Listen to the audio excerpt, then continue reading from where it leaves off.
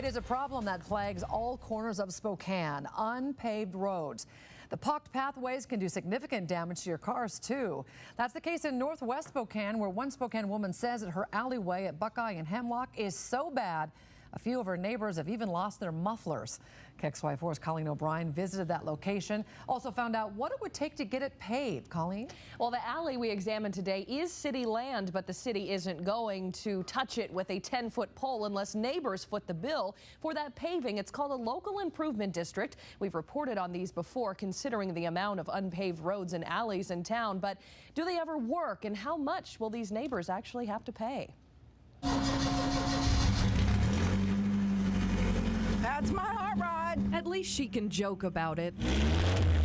Like you're going through a Dukes of Hazzard thing. Diane Carter's muffler has been missing since this alleyway took it. She contacted the city to get it smoothed out, but that won't happen. I've called them and they said they wouldn't do anything because it isn't paved. Carter isn't alone. Many streets and alleys in Spokane are unpaved. For that, you can blame the developer. Years ago, one could decide to leave streets unpaved. Today, the city wouldn't allow that. But to fix the unpaved roads of the past, neighbors have to get organized.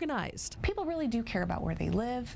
They care about dust. They care about, the wear and tear on their vehicles. Marlene Feist with the city says Carter and her neighbors have to form a local improvement district, or LID, then agree to share the cost of paving their alley. The city will help you along the way, and we have our engineering services folk will help design that project and bid out that project so that we'll manage the construction for the neighbors. Feist says the city can't just grade Carter's alleyway. That could cause more problems. In cases of alleys where there is no curbing and you go in and you grade, and suddenly where does the stormwater go? But probably into people's yards and maybe into their basements. Sounds like an impossible situation. Neighbors coming together agreeing to take on the cost of paving, but it does happen frequently. It's really nice. They did a good job.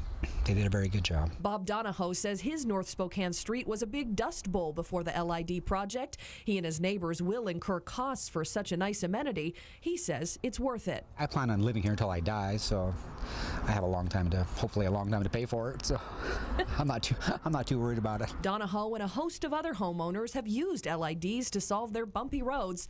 Carter, though, is skeptical. Is it a fair solution from the city? Yeah, fair, but I don't think the homeowners would go for it because of the taxes.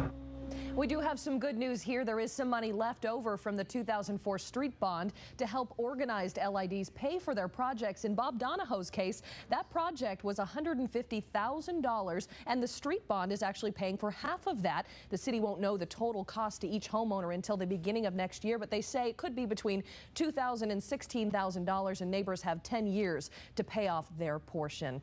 Reporting in the studio, Colleen O'Brien, KXY4.